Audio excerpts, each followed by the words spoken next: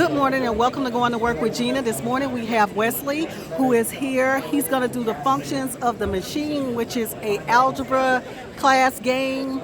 And so he's going to go ahead and work that with Braden, okay? And they're both from the University of Oklahoma. Well, he's from the University of Oklahoma. You guys already know Wesley. So go ahead, Wesley. Start playing the game. So tell us about Braden. Tell us about the function of the game. All right. So first of all, I choose a missionary. So this is a game about college algebra. It's sort of a way to think about algebra that's maybe not standard from how it's normally taught. So normally we're given all these formulas and writing stuff down on paper. Yeah, speak up. I can't hear you. Oh, okay. So normally people solve problems on paper and they're solving equations, but this is actually giving them sort of a machine that they can actually change the inputs to and see the results of what they're trying in real time and sort of see if they're wrong or right and get feedback as they're doing it. Okay. So right now, the accompanist's talking to them. He's got a factory full of machines that he doesn't know what they do. So he's telling you that you got to figure all this stuff out, and to do that, you have to use some logic and some algebra, some covariational reasoning, proportional reasoning, and then later on there'll be some graphical reasoning too. Okay. Right. So your goal is to open this door. To do that, you have to solve a series of problems. Okay. Rotate the gear 3/4 of the way around. Yes. So this is the tutorial. She's telling you how to play through this. You can click through these pretty much.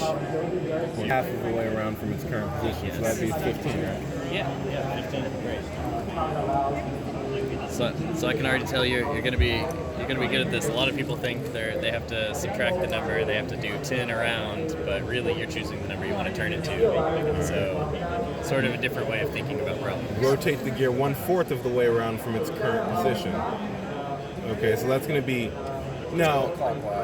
So that's going to be 0. Yeah. Okay. But it's turning clockwise. Oh, okay. So, All right, so she gives you some feedback, but So now now you got to try again. Still turning clockwise. Yeah. all right. So then, actually, I need to do 10. Yeah. Okay. Got it. That makes sense. So you have to really pay attention to The the direction. Yes. That comes into play a lot in the next mission too. So whenever you're done, just go ahead and go to the next machine. Awesome. Counterclockwise to a position where the height of the handle is decreasing. It's a very logic, they're teaching you how to logically solve problems. Yeah. Or we're teaching you how to logically solve problems. All right. So counterclockwise to a position where the height of the handle is decreasing. So this is the height, distance traveled. Okay.